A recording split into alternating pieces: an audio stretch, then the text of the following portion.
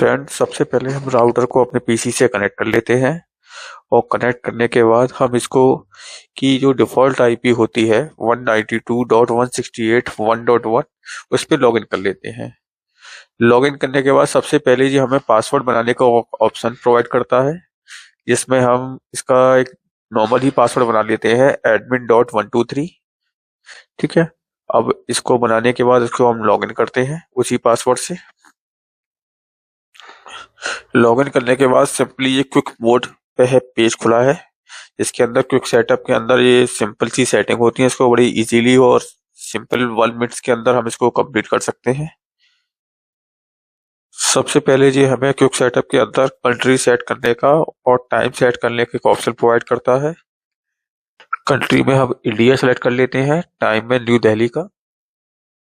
उसके बाद second option में जो हमको जीपॉन एक्सपॉन मोड प्रोवाइड करता है। इसमें अगर आपकी फाइबर केबल प्लग होगी तो ये ऑटोमेटिक उसको फाइंड करके उसको एक्सपॉन में कन्वर्ट करके लिंक को अप करेगा।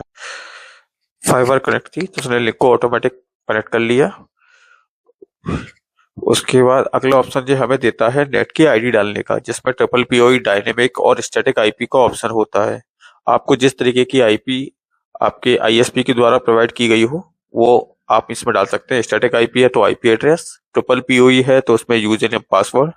मैं इसको अभी स्टैटिक आईपी मोड पे कॉन्फ़िगर कर रहा हूँ। इसमें अब मैंने स्टैटिक आईपी अपनी डाल ली है और इसको मैं अब नेक्स्ट ऑप्शन पे जाके जा रहा हूँ। इसमें वीलैन आईडी का भी एक ऑप्शन दिया जाता है। अगर आपको आईएसपी द्वारा वीलैन आईडी दी गई हो तो आप वीलैन आईडी भी डाल सकते हैं। नेक्स्ट ऑप्शन में जो वायरलेस का ऑप्शन हमारे पास होता है, जिसमें वायरलेस के 2.4 गीगाहर्ट्ज पे यूजर नेम जो भी नाम आपको पसंद हो वो डाल सकते हैं। हिंट के लिए मैं पीछे इसमें 2G लिख लेता हूँ और जो पासवर्ड आपको डालना हो वो आप डाल सकते हैं। उसके नीचे पासवर्ड की स्ट्रेंथ बता देता है, लो है, मिडिल है, हाई है। सेम टू सेम 5G में भी हमको ऐसा ही करना होता है कि 5G में आपको जो नाम रखना है वो रख सकते हैं और पासवर्ड जैसा चाहें वैसा। दोनों के पासवर्ड आप 2G और 5G के अलग अलग भी कर सकते हैं, उसमें ऐसा कोई इशू नहीं है। मैंने आपको दिखाने के लिए दोनों के पासवर्ड में थोड़े थोड़े चेंज करने की। पासवर्ड चेंज होने के बाद आई हैव सक्सेसफुली वाले ऑप्शन पे हम क्लिक करेंगे। फिर वो कनेक्शन टेस्ट करके हमारा सक्सेस दिखा देगा। नेक्स्ट। उसके बाद समरी के अंदर जो भी हमने आईपी और पासवर्ड वाईफाई में जो सेट किया है वो सब आ जाएगा। व्यू आईपी में इसमें अभी कॉन्फ़िगर नहीं कर रहा हूँ क्योंकि मेरे पास पीछे से व्यू आईपी नहीं मिला हुआ है।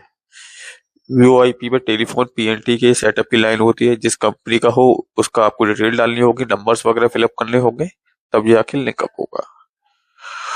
और क्लाउड को अभी मैं इसका रजिस्टर नहीं कर रहा हूँ। इस तरीके से जब ये कॉन्फ़िगर हो जाएगा पेज अपना ओपन होके आएगा। इंटरनेट के आगे टिक लग के आ रहा है, यानी कि कनेक्टिविटी ओके है। वायरलेस डिवाइस के अंदर कितनी वायरलेस पे हमारी डिवाइस कनेक्ट है वो आ जाएंगी और वायर डिवाइस पे कितनी केबल के थ्रू हमारी डिवाइस कनेक्ट है वो शो करा देगा। इंटरनेट की बाद में कोई हमें आईपी चेंज करनी है तो इंटरनेट के ऑप्शन के अंदर जाके चेंज हो जाएगी, और वायरलेस में चेंज करना है तो वायरलेस में। गेस्ट मोड, जब कभी घर में कोई फैमिली फंक्शन में या कोई रिलेटिव्स वगैरह आते हैं, आप उनको अपना मेनली पासवर्ड नहीं देना चाहते हैं, टेम्परेरी देना चाहते हैं, वो गेस्ट ऑप्शन के अंदर जाके आप बना सकते हैं।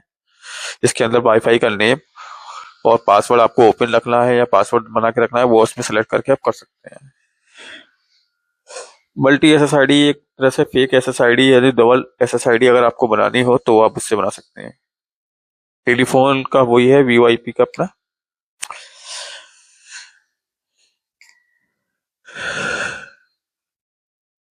सिक्योरिटी के ऑप्शन के अंदर जाके हम फायरवॉल सेट कर सकते हैं, IPv4 पे भी, IPv6 पे भी, अगर और डॉस प्रोटेक्शन भी।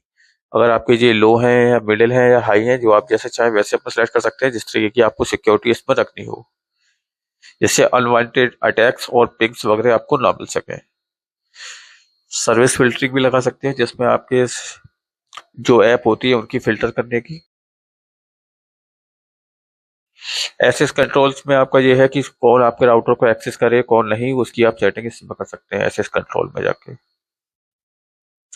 और फोन को ब्लॉक करना वो भी ऑप्शन आपका एक्सेस कंट्रोल से हो जाएगा, जिसमें जिस डिवाइस को आपको ब्लॉक करना हो या वाइट लिस्ट करना हो उसका मैक एड्रेस आपको डालना होगा और उसमें वो सेटिंग आपकी हो जाएगी।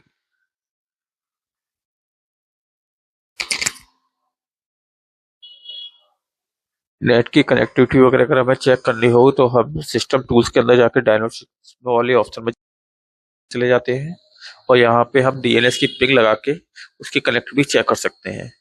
इसके अंदर मेनली ये होता है कि ये राउटर ही सेल्फ पिंग ट्रांसमिट करता है, इसके अंदर कितनी पिंग उसने सेंड करी, कितनी रिसीव हुई, कितनी लॉस्ट हुई, उसका रिकॉर्ड हमें ये प्रोवाइड कर देता है, जिससे आपको ये पता चल जाता है कि आपकी नेट की कनेक्टिविटी किस के अकॉर्डिंग है कि नहीं, या पिंग में ब्रेकेज है तो वो भी आपको वहां चेक हो जाते हैं।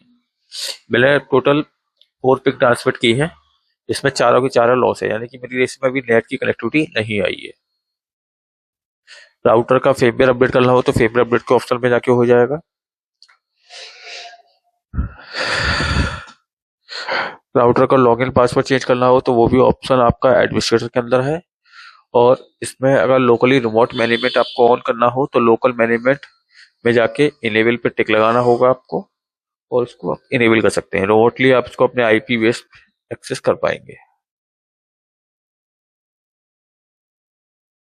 इन सब में कोई इशू या कोई क्वेश्चन हो तो आप मुझे मैसेज कर सकते हैं, और चैनल को सब्सक्राइब करना ना भूलें।